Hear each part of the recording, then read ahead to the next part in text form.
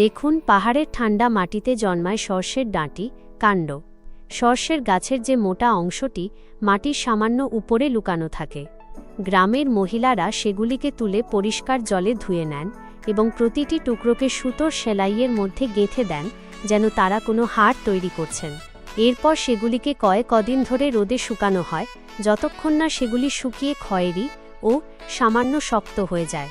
এরপরে বাইরের স্তরটি ছাড়িয়ে সামান্য নুন দিয়ে জলে ভেজানো হয়, যাতে সেগুলি আবার নরম হয়ে যায়। এরপর পাথর দিয়ে চেপে তাদের সব জল নিংড়ে ফেলা হয়। এবার সেগুলি স্বাদে রং ভরার জন্য তৈরি। গ্রামের মহিলারা এগুলিতে লঙ্কা গুঁড়ো এবং মশলা মিশিয়ে মাটির হাঁড়িতে ভরে ভেজা মাটি দিয়ে শিল মুখ বন্ধ করে দেন। কদিন পর যখন হাঁড়ি খোলা হয়, তখন সেটির সুবাস সারা উঠোনে ছড়িয়ে যায়। সর্ষের এই কন্দ, যা একসময় সাদামাটা ছিল, এখন পরিণত হয়েছে টক, ঝাল এবং গ্রামের খাবারের আসল